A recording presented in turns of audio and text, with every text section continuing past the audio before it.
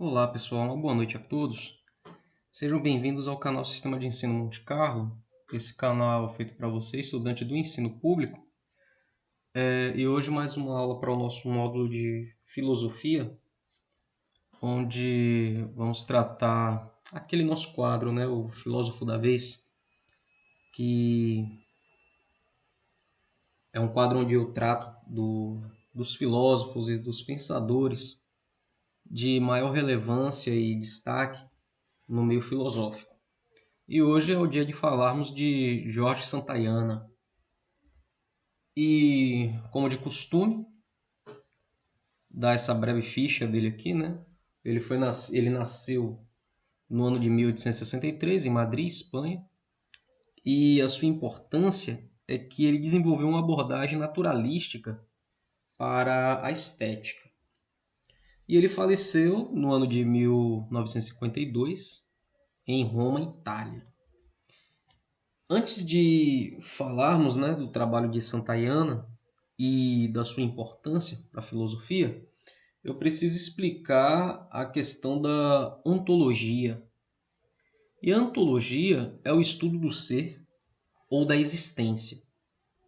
Assim, afirmar que o universo é feito de material físico, material que tem uma extensão e uma posição espaço-temporal, é fazer uma afirmação ontológica, uma vez que se trata de uma afirmação sobre a natureza da realidade. Então, estudar a realidade, estudar a lógica da existência, isso são questões ontológicas. E ele, o Santayana, ele é um naturalista pragmático, tá? Ele não era apenas um filósofo, ele também foi aclamado como um poeta, romancista e crítico literário. Então, todo o seu renome e toda a sua importância no século XIX e século XX é dada por esse gabarito, por esse currículo, né? O fato dele ter sido poeta, o fato dele ter sido romancista e o fato dele ter larga experiência com a literatura a ponto de chegar a crítico, então fez com que todo o seu trabalho filosófico fosse trabalhado dentro de uma estética. Então, não nos surpreende que na primeira parte da sua carreira filosófica ele se interessasse especialmente pela estética e pela natureza e pelo estudo da beleza.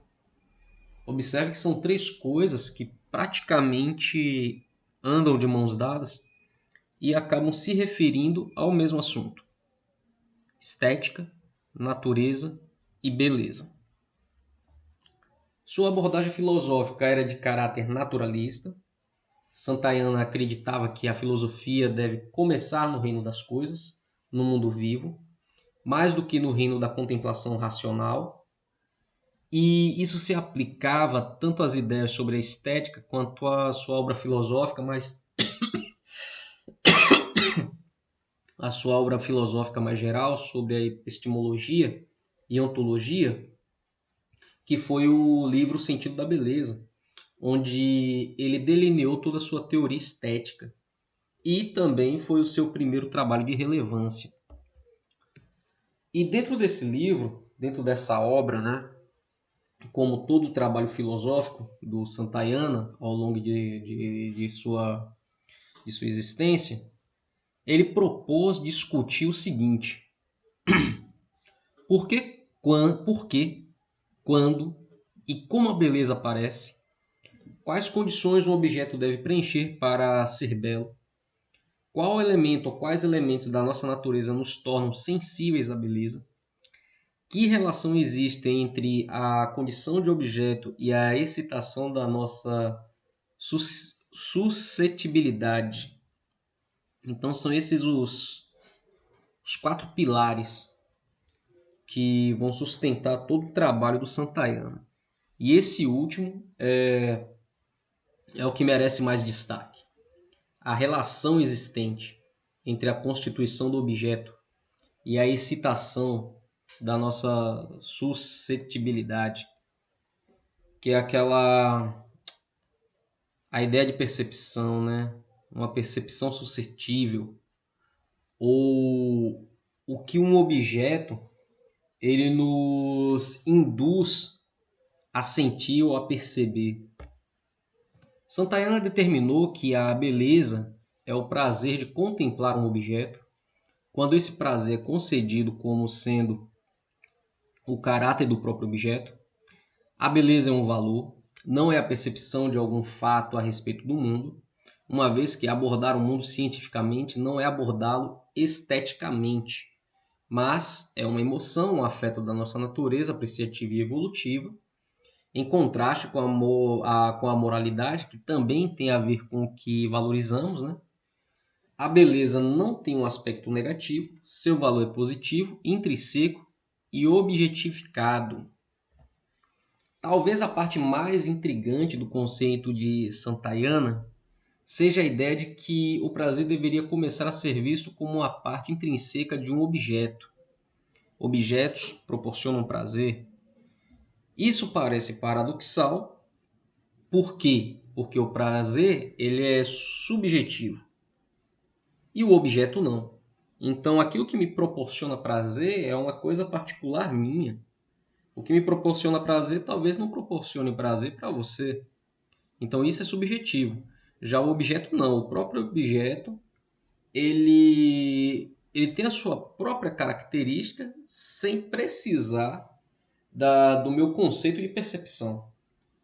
Porém, pensando melhor, ampliando, né, o nosso raio de interpretação, isso não é uma ideia tão estranha assim. Considerando, por exemplo, a experiência de permanecer no topo de uma colina ou no alto de um prédio e admirar a vista lá de baixo.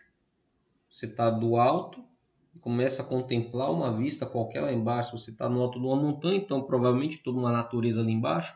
Do alto de um prédio, todo aquele muro de concreto lá embaixo. Então você tem um ponto de vista superior, um ponto de vista privilegiado. Então é fácil perceber que o prazer de alguém nesse momento poderia infectar os objetos de contemplação da pessoa, por conta do seu ponto de vista. Então isso é considerado como um aspecto desses objetos. Porque pelo seu ponto de vista, os objetos eles estão distantes, eles estão em miniatura, você começa a percebê-los de uma forma diferente e começa a observar uma beleza que antes, próximo, você não perceberia, por conta do seu ponto de vista privilegiado. A beleza, portanto, é um elemento emocional, um prazer nosso que, no entanto, enxergamos como uma qualidade das coisas, já que cada objeto ele tem a sua função. Não existe nenhum entendimento geral entre os críticos sobre a importância das ideias de Santayana, e principalmente as ideias que ele delineou no seu trabalho, O Sentido da Beleza. Alguns sentem que, ao localizar a beleza na experiência do prazer, isso seria insuficiente à consideração que ele atribui à forma ou ao conteúdo dos objetos que provocam prazer. Outros, porém, o elogiam por trazer a beleza para a Terra, e no prefácio da edição de 1955 da obra O Sentido da Beleza, a ele, Santayana, é atribuído o crédito de ter guiado a estética norte-americana à maturidade. Então, toda a arte estética das Américas, eles vão beber da fonte dos trabalhos do Santayana, por conta do seu pragmatismo natural e pela sua busca pela uma estética perfeita, né? E para finalizar, uma frase do seu livro, né? Como um todo, o mundo pareceu-me mover-se na direção da luz e da razão, não para que a razão possa alguma vez governar os assuntos humanos, mas para que as ilusões e as paixões que atacam constantemente possam se retirar das mentes dos humanos e permitir que a razão brilhe por lá.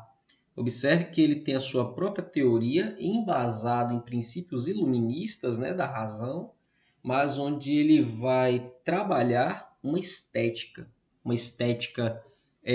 provida de natureza, de beleza e de razão. Turma, essa foi nossa videoaula de hoje. Espero que tenha sido rica e instrutiva para todos vocês.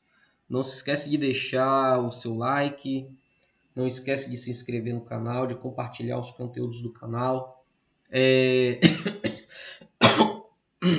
Porque é com o seu like, com a sua inscrição e com o seu compartilhamento que nós mostramos ao YouTube a relevância do nosso canal e dos conteúdos aqui para a plataforma.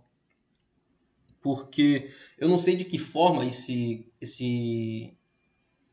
canal, esses vídeos chegam até você, porque eu não sei explicar como é que trabalha o algoritmo do YouTube. Eu acredito que seja pelo aquilo que você assiste, pelo aquilo que você curte. Então, quando você não curte, significa, é como se você estivesse dizendo para a plataforma que esse conteúdo para você não é interessante. Então, ele não volta a ser apresentado para você. E talvez você não volte nunca mais a encontrar nenhuma referência do canal Sistema de Ensino Monte Carlo. Então, por isso o meu apelo, compartilhe, se inscreva, deixe seu like, comente e vamos nessa corrente em prol de um ensino público de mais qualidade, tá bom? Fiquem todos bem e até uma próxima.